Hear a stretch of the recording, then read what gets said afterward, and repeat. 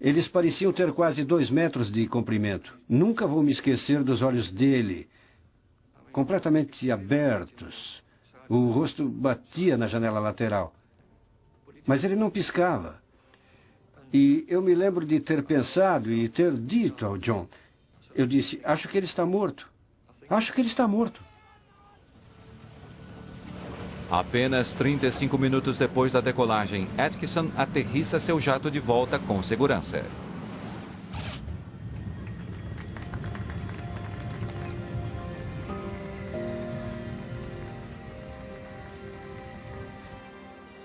Mas o capítulo mais inacreditável de toda essa história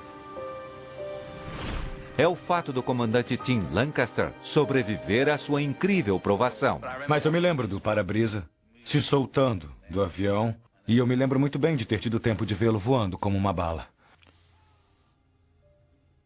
Eu estava consciente de ter sido lançado para cima e aí a coisa toda se tornou completamente surreal.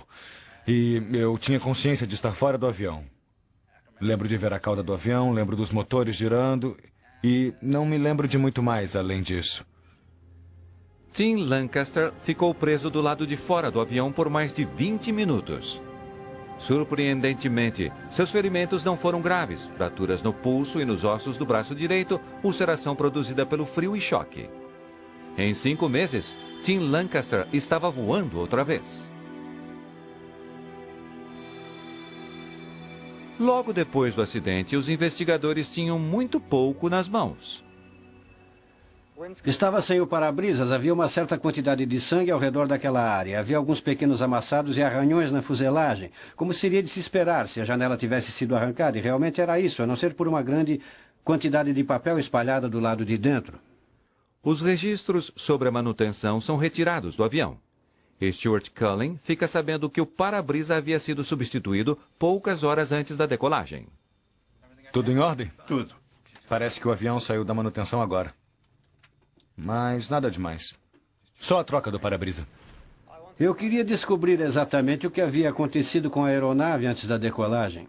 Logo no início da investigação, o para-brisa perdido é encontrado e ele contém uma curiosa evidência.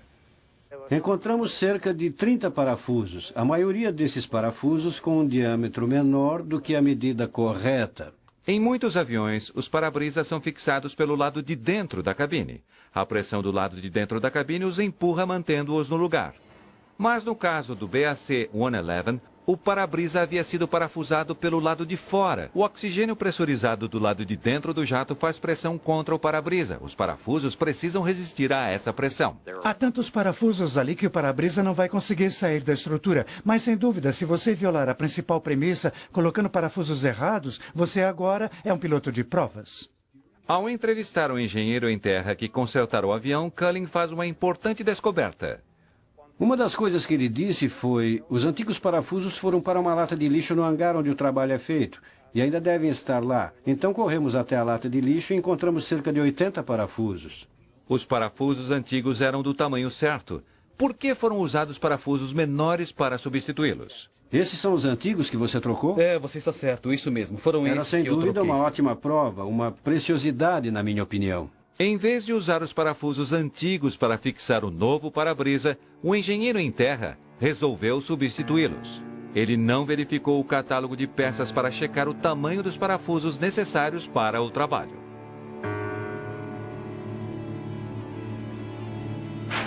Bom dia. Os parafusos que ele escolhera pareciam os mesmos, mas na verdade eram pouco mais de meio milímetro menores. Eram finos demais para aquela finalidade. No início da manhã, trabalhando em um hangar mal iluminado, o engenheiro não conseguiu perceber a diferença. Horas depois, o para-brisa se soltaria.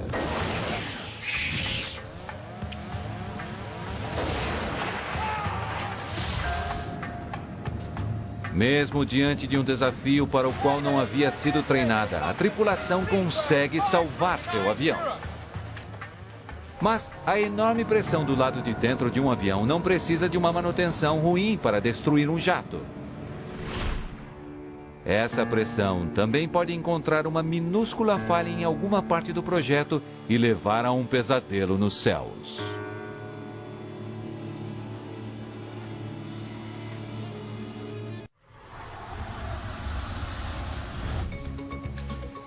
Airbus A320, um dos jatos de passageiros mais populares nos céus.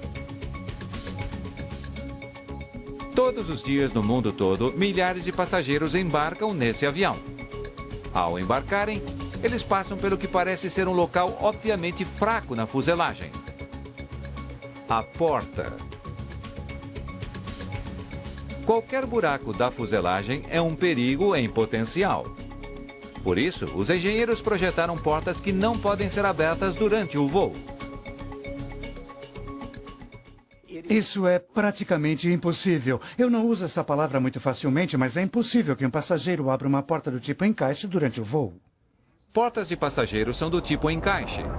Elas são fabricadas para serem ligeiramente maiores do que sua moldura. Quando um avião decola e se pressuriza, a atmosfera do lado de dentro do avião trava a porta. Aquela porta deve ter cerca de 4.550 quilos ou mais de pressão, mantendo-a naquele lugar.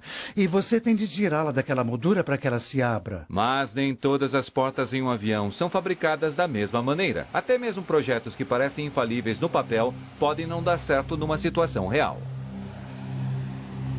24 de fevereiro de 1989, aeroporto de Honolulu.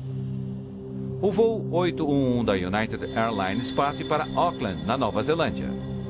Tempo estimado de voo, 9 horas e meia. Além de 355 pessoas a bordo, o avião está com sua total capacidade de carga. As portas se fecham na hora certa e o avião deixa o aeroporto logo depois da 1h30 da manhã. Podemos ir para 33 mil pés de altitude se estiver disponível. Ok. De fato, percebemos que havia tempestades a 100 milhas ao sul, bem no nosso rumo, o que era bastante incomum, por isso mantive o sinal de cinto de segurança ligado. A decisão do comandante Cronin de manter aquele sinal aceso salvaria vidas.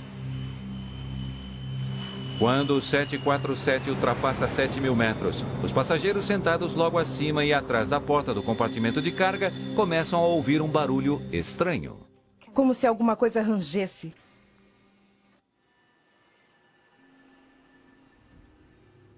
Houve como que um golpe. E no 9º segundo seguinte foi com certeza um completo pandemônio.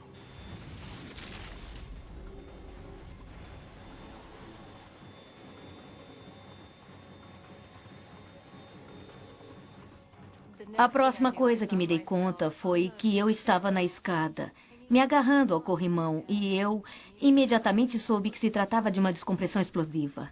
Tudo no avião que não estava preso, amarrado ou fixado ficou no ar. O barulho era terrível.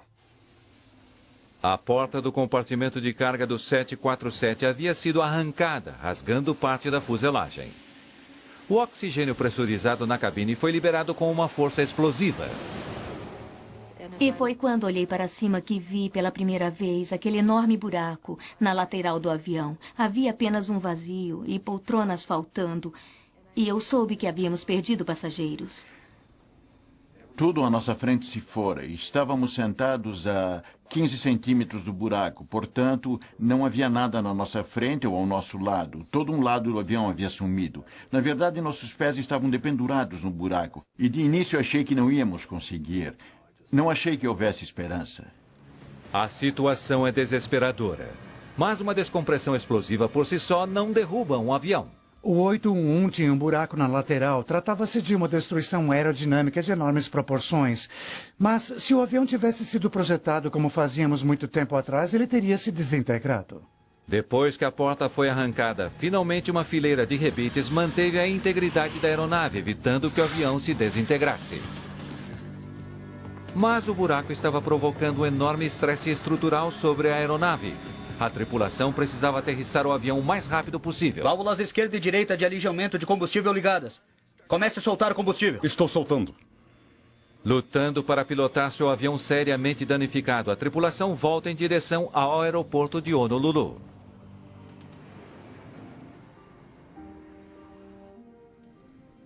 E de repente começamos a diminuir de velocidade, diminuir. E eu disse, meu Deus, nós aterrissamos e estamos em terra firme. Foi provavelmente a melhor aterrissagem